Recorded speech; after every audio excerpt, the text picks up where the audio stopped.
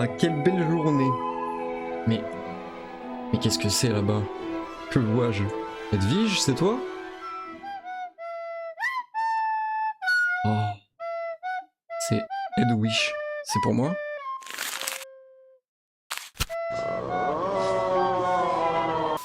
Que je prends, Francky. J'ai une excellente nouvelle. C'est le début d'une belle aventure. Bienvenue, le vis au doigt. Alors, Espèce de malhonnête. Y voit-on comme à travers quel objet? attention, le vide. C'est du beau travail, hein? Et salut à tous. On se retrouve aujourd'hui pour la dernière partie du projet Nimbus. Enfin, j'espère. On s'est amusé à créer un balai de course entièrement ensemble. On a vu plein de tips pour améliorer la qualité de vos rendus 3D. C'est un grand jour, car on va construire ensemble la première mécanique de gameplay de notre monde. On va voir ensemble surtout le fait que prendre le temps de bidouiller un peu de code pour créer un truc, même un peu gadget sur un projet, c'est toujours quelque chose de sympa pour faire valoir vos productions. Aujourd'hui, le post-portfolio classique marche plus vraiment. Ça fait partie des choses qui peuvent être cool à ajouter sur une production pour faire que votre projet se démarque un peu plus. On a notre balai, vous l'avez vu voler normalement juste avant. On va s'occuper de voir ça ensemble aujourd'hui. On va pas se casser la tête à regarder les scripts ligne par ligne. On va vraiment survoler juste la structure. En plus, c'est trop bien parce que le tableau a été réparé. Il était pété, maintenant on peut dessiner dessus. On a le clear qui fonctionne toujours et on a une autre chose qui a été rajoutée. Ce tableau, si je relance la game, la texture reste sauvegardée. Donc maintenant on pourra plus prendre la tête à chaque fois qu'on doit faire un reload de se dire merde, le tableau il a été reset. Non, si je fais un chef-d'œuvre un jour, je pourrais le sauvegarder. Comme on a le tableau qui a été réparé, on va pouvoir faire le débrief ici et que ça m'évite au montage d'avoir à vous faire des schémas. Pendant le développement du vol, je me suis heurté à plusieurs problèmes. Le premier, le balai est un objet qui peut être tourné, machin, il a de la gravité, il tombe sur le sol. Sauf que quand on monte sur le balai, voilà. Petit problème, le balai il est par terre, donc je suis en position latérale de sécurité. J'ai pas souvenir que dans le film quand ils montent sur le balai, ils restent au sol comme des cons. L'autre problème c'est que le balai a de la gravité. On va se faire donc un premier schéma. Ça c'est le sol, ici notre balai. On a envie que ce balai soit toujours dans le même axe quand on monte dessus. En vrai, en réfléchissant un petit peu à la contrainte de ça, je me suis tout simplement rappelé que dans le film, quand ils arrivent sur leur balai, il faut dire debout. Il faut tout simplement que je code une fonction debout à mon balai. Quand je me pointe devant lui, tac, il se redresse, il évite, et il est dans le bon axe. Alors, autant dessiner, c'est pratique, mais les lettres, déjà que j'écris mal de base, première solution qu'on va voir ensemble, debout. Il faut qu'on fasse ça. Deuxième problème, il se ramasse la figure. La gravité est toujours appliquée, c'est pas bon. En demandant un peu d'aide aux collègues, parce que je galérais à comprendre d'où venaient les problèmes, il m'a expliqué que tout ce qui est objet un peu customisé de vol, en général, on la désactive du rigid body pour que l'objet ne soit pas géré par Unity. En revanche, c'est un script de notre balai qui va appliquer la gravité au balai, qui va d'ailleurs même en appliquer pas du tout, parce que quand le balai on est dessus, bah on tombe pas, ce que je sache. Hop. Deux problèmes, deux trucs qui nous ont un peu cassé les pieds, mais on va s'en sortir. On va s'en sortir, on va aller sur le balai parce que hop, là on est à l'envers, mais on peut quand même tenter de se faire un petit vol. Donc test de vol numéro 1, pourtant on est dans le bon sens. C'est parti. And 3, 2.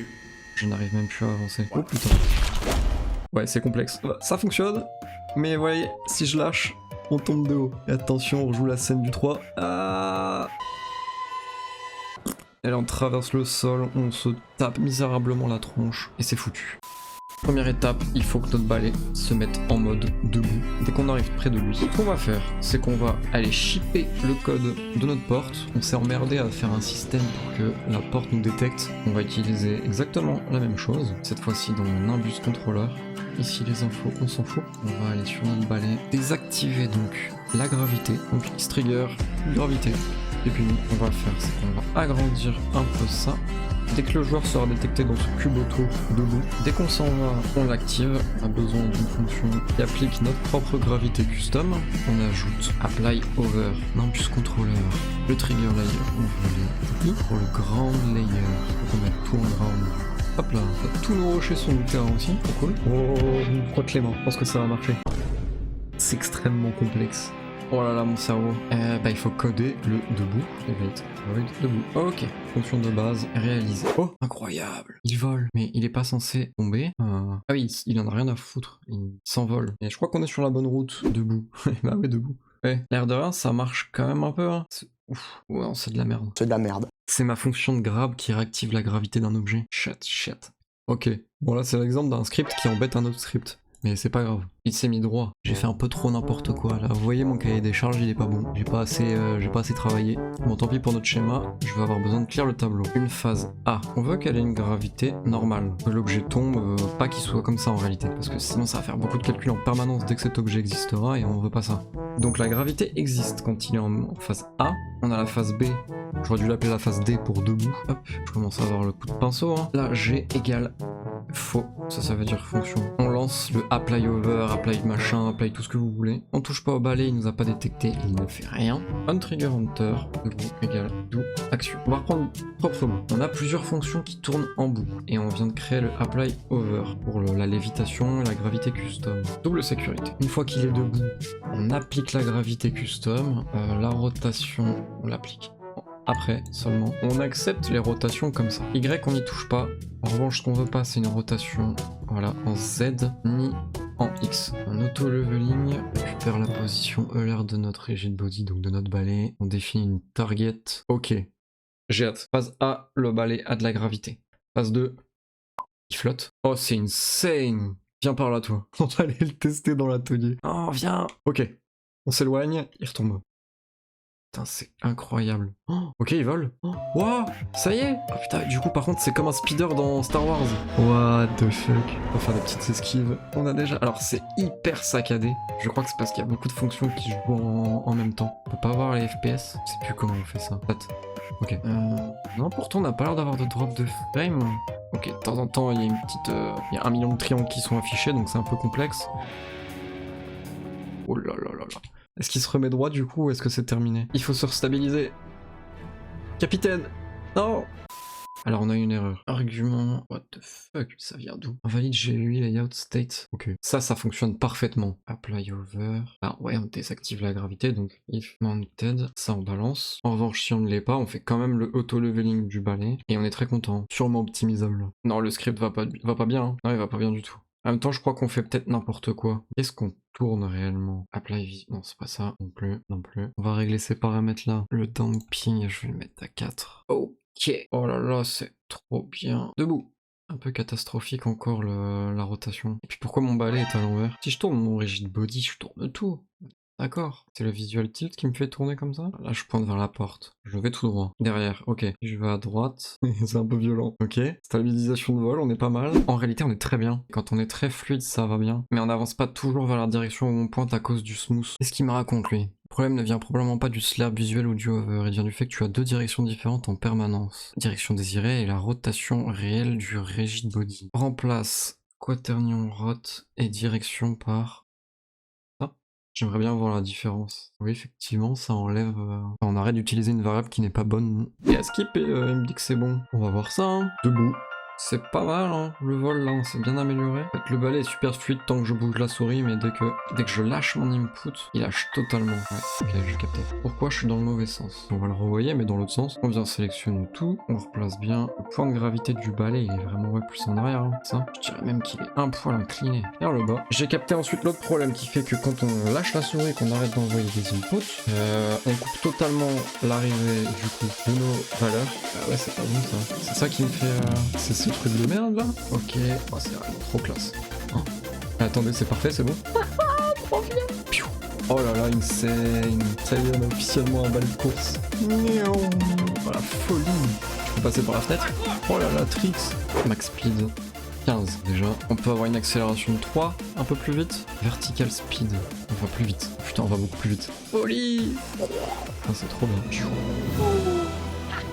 On peut dire quand même que c'est une mission réussie.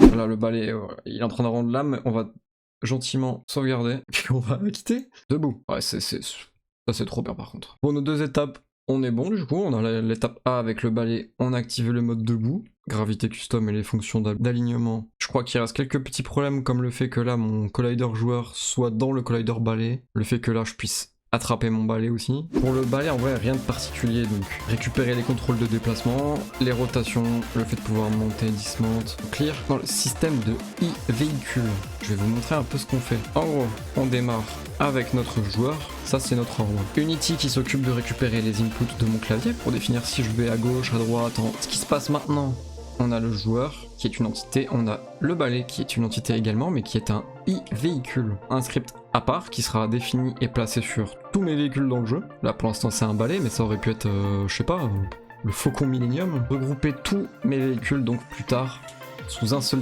script qui occupera les fonctions principales d'interaction avec le véhicule, le fait de pouvoir mount.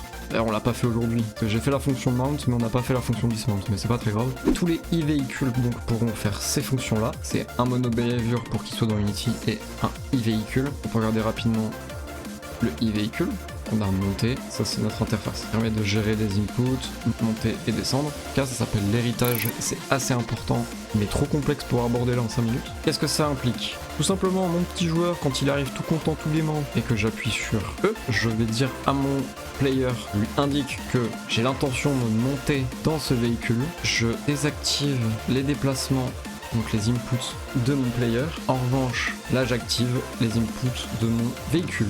Là, notre fonction debout devient juste incroyable parce qu'en fait tout ça c'est des scripts qui sont assez lourds. Par contre dès qu'on en est loin, l'objet se retransforme en un objet tout pourri, tout nul qui sert à rien. Et donc il n'y a rien qui est lu niveau script, ce qui fait que c'est hyper opti. Allez, on va aller un peu par là. C'est l'occasion d'aller explorer un peu.